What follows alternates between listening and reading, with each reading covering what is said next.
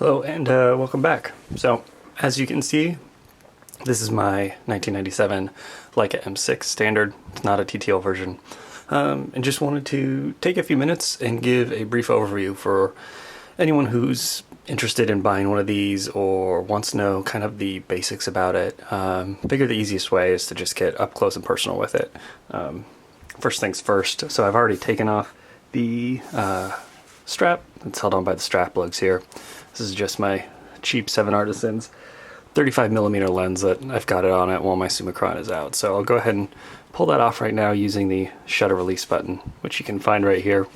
Some of these, it's painted red. I've had mine painted red when I sent mine off to Leica to be repaired. They painted it red again, and it just always wears off. So if you see some photos, if you're shopping for one, and some of these are red and some of them, like mine, are silver, I wouldn't really worry about it. It's not a big deal.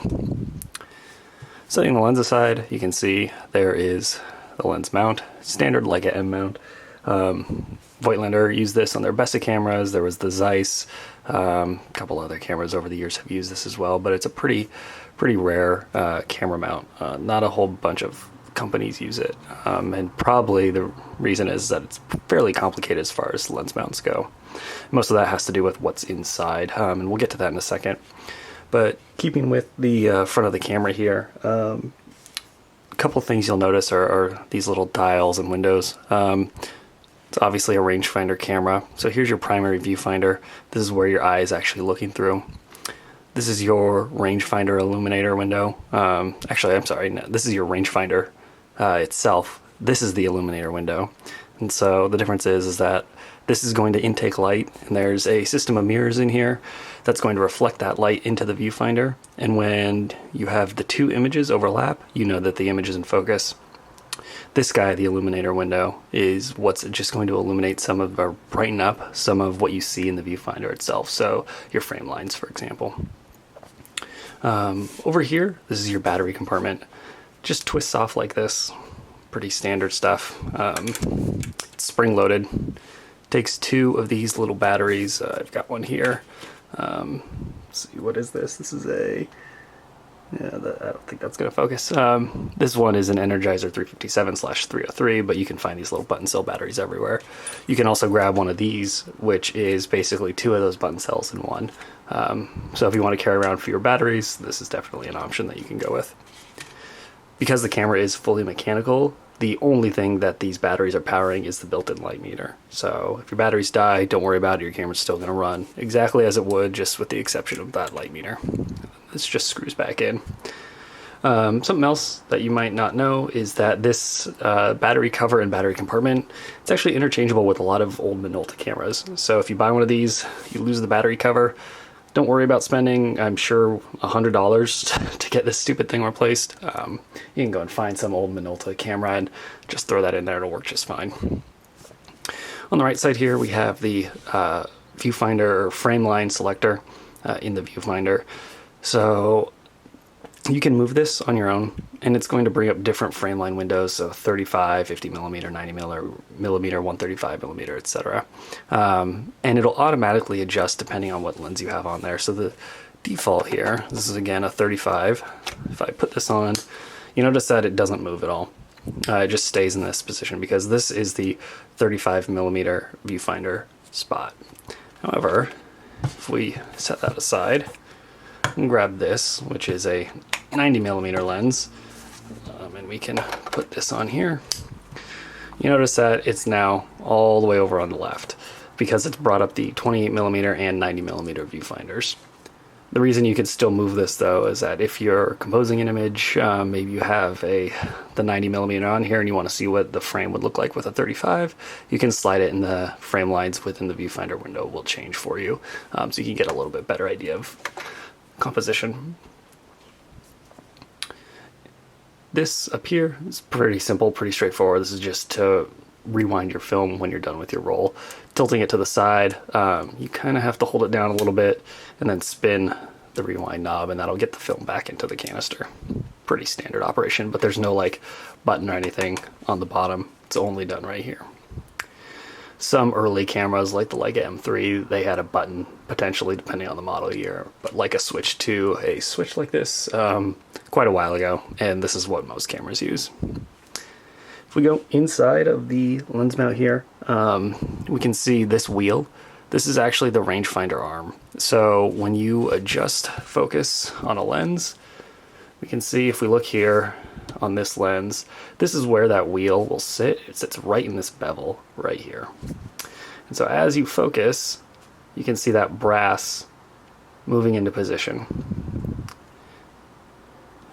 And when you do that, and that'll work no matter what lens you have, so here's that 90mm again. This one has a slightly different arm, but you can see it's doing the same thing.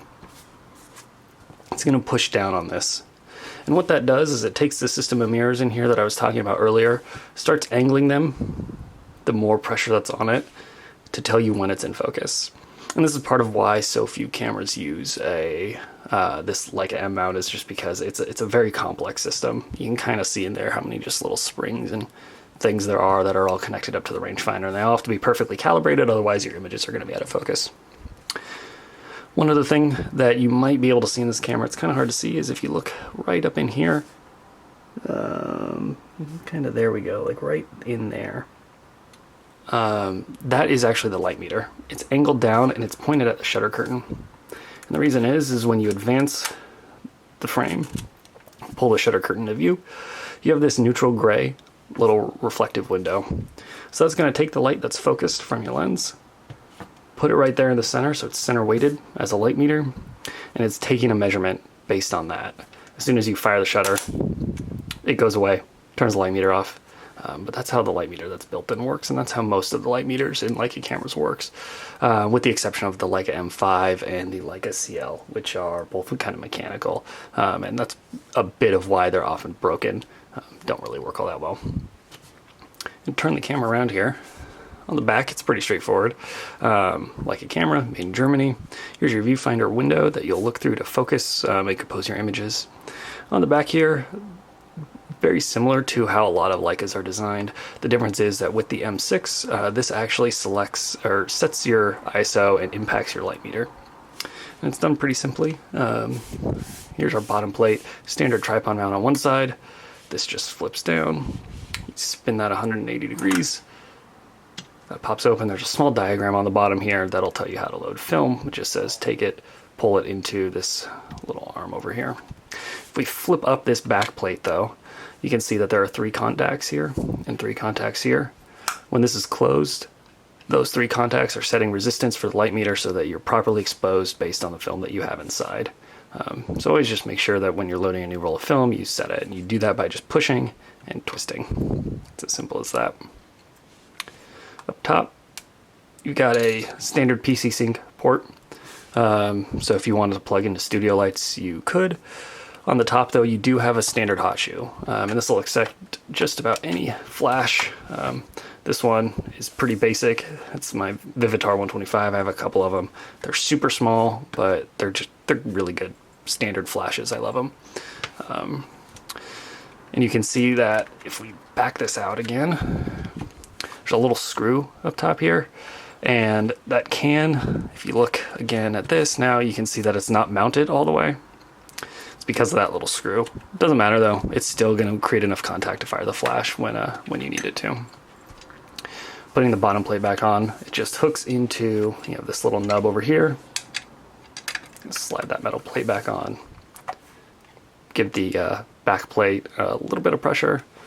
Twist that 180 degrees again, and it's locked in, it's ready to go. This back in so I don't lose it. On top, very simple layout as you can see. There's not a whole lot going on. Some cameras will have script up here, just depends on the model and the release. The shutter arm is a 2-part shutter arm, so first it swings out a little bit. You can lock it here, advance it. Works just like any other camera really. You do have your film plane symbol so you can see exactly where the film is going to be sitting within the camera itself.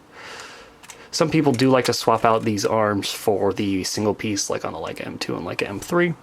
It's a pretty straightforward process. All you do is twist this top cap here, that screws out, and then the arm just pops off and you can put the other one on pretty easily. Standard threaded mount up top. I usually have one of these guys on here, which is a soft threaded or soft shutter release. But you could use this for a self-timer because the M6 does not have a self-timer built in. Your shutter speeds are pretty limited. You only have single stops from 1000 to 1 second and then a bulb mode.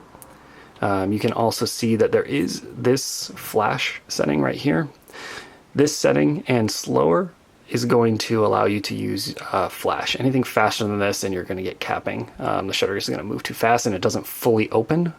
It's going to be a partially open shutter at any given point here, so your flash isn't going to work properly. Setting at the flash setting is 1/45 of a second, but you can obviously go lower. And then bulb as well as a setting mode, so it'll just stay open as long as you tell it to. The shutter itself is a pretty standard curtain shutter. If we open this up, we can see how it works. There's 1/25 of a second. A little faster. A little slower. And on the bottom here, you can see there's that silver wheel that's going to spin when you advance. This is how a lot of drives or Leica Vid accessories to advance the film will work, is by connecting into that. Put this back on one more time here. So that's the Leica M6. It's a really quick overview. Everything about it is pretty basic. It's a great camera. It's very utilitarian. Obviously a little bit pricey, so make sure you're buying the right one and making an educated purchase before you dive into it. But I can almost guarantee that if you do pick one up, you're not going to regret it. So thanks for watching. Really appreciate you taking the time. Hopefully you learned something. And until next time, we'll see you around.